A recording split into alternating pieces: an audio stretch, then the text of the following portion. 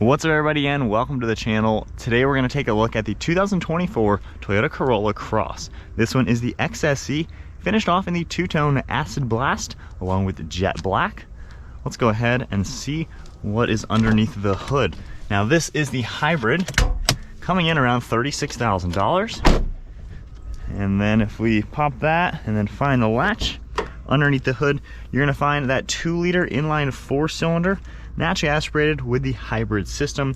It makes 196 horsepower, has a continuous variable transmission, as well as an electronic on-demand all-wheel drive system. You're going to expect 45 miles per gallon in the city with 38 on the highway, and it runs on a 10.6 gallon tank.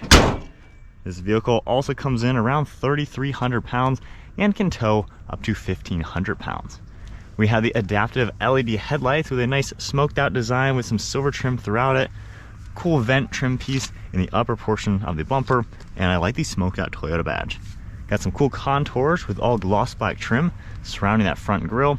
We have parking sensors, LED fog lights, and then some plastic material for the lower portion along with the center grille. There are openings down below and up above to provide good amounts of cooling for the engine and everything. Overall, it has a cool look. I like the styling. It looks bold and muscular for being a small little crossover. And then as we make our way to the hood, you have some nice sharp body lines throughout it. I especially like how this one kind of cuts in to that front fender. So pretty unique, however it's not too flamboyant or anything. Got a nice set of 18-inch wheels, two-tone color, along with the split spoke design, and then more of that plastic trim for these front fender flares. That fades its way into the rocker panel with the same material and a sharp body line. One sharp body line throughout the doors, and then you can see the jet black on the mirrors, integrated turn signal, some chrome trim, and then the blacked out roof. Got a sunroof up there as well. You can see the roof rails, all-wheel drive badges on the door, and it has a pretty good side profile. It doesn't look too small. It's actually a pretty nice sized smaller crossover with good proportions. And then I really like how this sharp line kind of matches what we see up in front. You can see the chrome trim piece with Corolla Cross, integrated spoiler, and then LED taillights with a smoked out design for the left side. You can see all your badging is blacked out, more plastic trim for the rear bumper along with some of that gloss trim. And then you see the windshield wiper right back here and some nice body lines throughout it. So once again, nice size overall, good design. And then we have our backup camera and a button to pop open the power liftgate. Taking a look in back, it's actually pretty good size. Nice and squared off. You have a little bit of extra storage over here. Got the JBL sub for the audio system. More storage all throughout. And we can open up this bottom and you're gonna see more hidden storage space. And underneath the foam, a little bit of space down in there. Now we do have a privacy cover as well. You can remove it. And so with that down, you can see just how much more space you're gonna see. So again, pretty roomy. You're also able to pop these seats from back here, and they're gonna fold down nice and flat, giving you a ton of more cargo space all throughout the vehicle. Now up above, we have a grab handle along with the lock button, and then the standard button to go ahead and close it. And then taking a look at the interior now, you can see how those seats are gonna fold down nice and flat, really giving you a good amount of space. And then just pulling these back up, this can seat 3 people back here. We also have an armrest, 2 cup holders, black Softex interior with the smooth material all throughout, and then I like this more fabric texture to these gray stripes. You're gonna see climate control vents, a little bit of storage space, and overall not too bad looking. Door panel, just basic and black, got some fake stitching on the plastic, grab handle as well as a cup holder. As far as rear seat space, let me go ahead and put the seat back. Most of the time you're gonna have to move this seat around a little bit. That way you can fold down that second row. But putting this about to where I had it for me to sit comfortable at 5'11". Sitting here now, my knees have about an inch of space, so it's not too bad.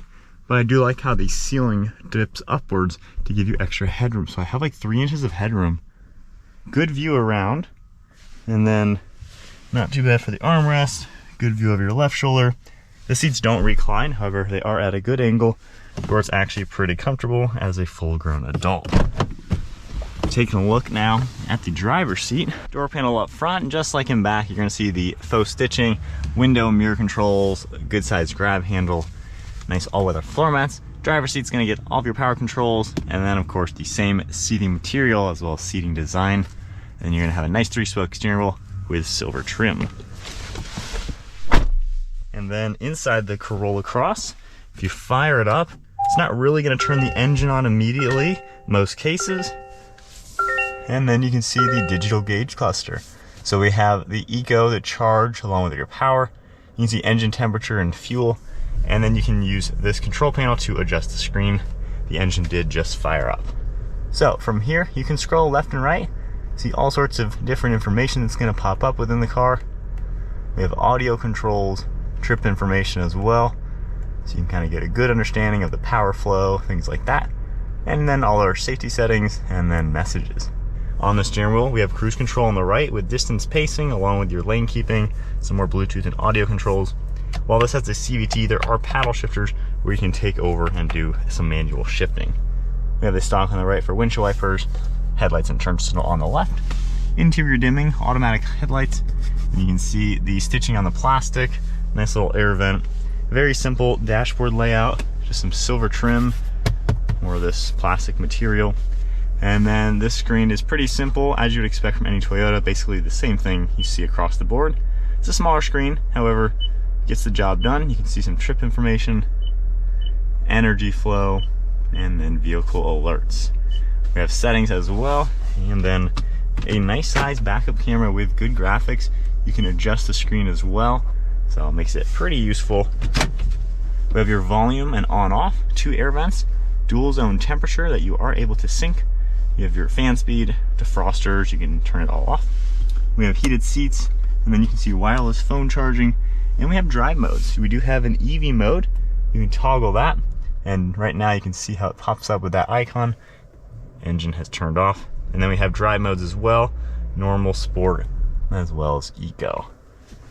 Have the gear selector down below with the electronic park and brake, as well as a brake hold, some gloss black and silver trim, 2 cup holders in the center, and then a good amount of storage space with plugs. Nice vinyl material for the armrest, and then a good sized glove box. One last look at the interior. Not bad, it is definitely simple in here.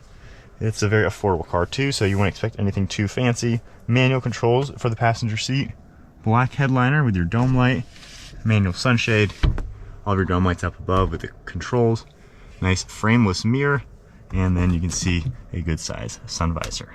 All right, setting off now in the Corolla Cross Hybrid in EV mode. If you slowly accelerate, about 20 miles an hour though, it will just kick in the engine. So the EV mode in this car is kind of good for parking lot situations, maybe just pulling out of your driveway or garage just to move the car 10 feet. So cool to have that. As far as the drive modes go, honestly, they don't seem to make a single bit of a difference. You have eco, sport, and normal. It basically drives the exact same. This is not a sports car, so I would honestly just leave it in eco mode, let it be an economy car. As far as normal driving, I am very impressed with how nice this feels. This doesn't just feel like a cheap little crossover. This drives really smooth, very quiet as well. The seats have good padding. I'm 5'11" sitting here. I feel a tad on the tall side for it. I wish I could get the steering wheel a little bit closer since I have to have the seat a little bit farther back for my legs to be comfortable. So if you're above 6 feet, this might be a little bit small of a car for you. But anything under that, I don't think you really have an issue. Good visibility all around, huge windshield. The little windows up there really help. Mirrors are all large, and over your right and left shoulder, pretty decent. The worst part is just the way far back above that side headrest, but honestly, it's an easy car to place. It's very small. So I like how it's pretty nice and normal. The steering is light. Again, no sports car, so there's some body roll if you're really going fast, which you're probably not going to be doing that in a car like this.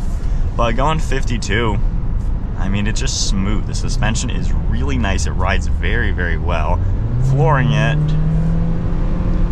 not bad from 50 to 60. Brakes do a great job. Of course, with that regeneration a little bit.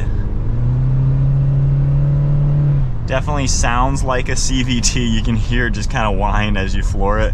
But under normal driving, I like how slow speeds, you're gonna feel that electric motor. And of course with this diagram, if I slow down a little bit, you can see charging going back to the battery, Slowly accelerating, you can see that battery and motor giving it some juice, and of course the engine kicking in.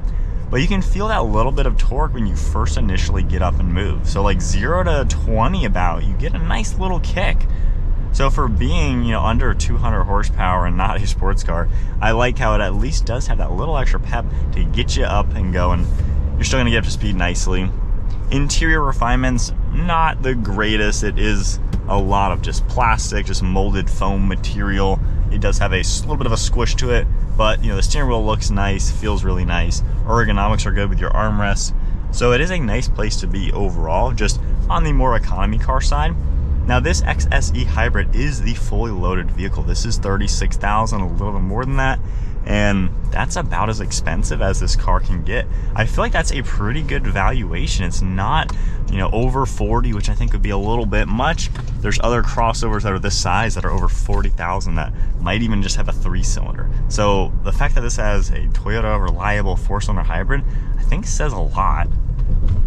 Hitting those train tracks, once again, this thing feels solid. It just feels like a very well-built car, which from Toyota, you would expect them to make a quality product, and it feels like that.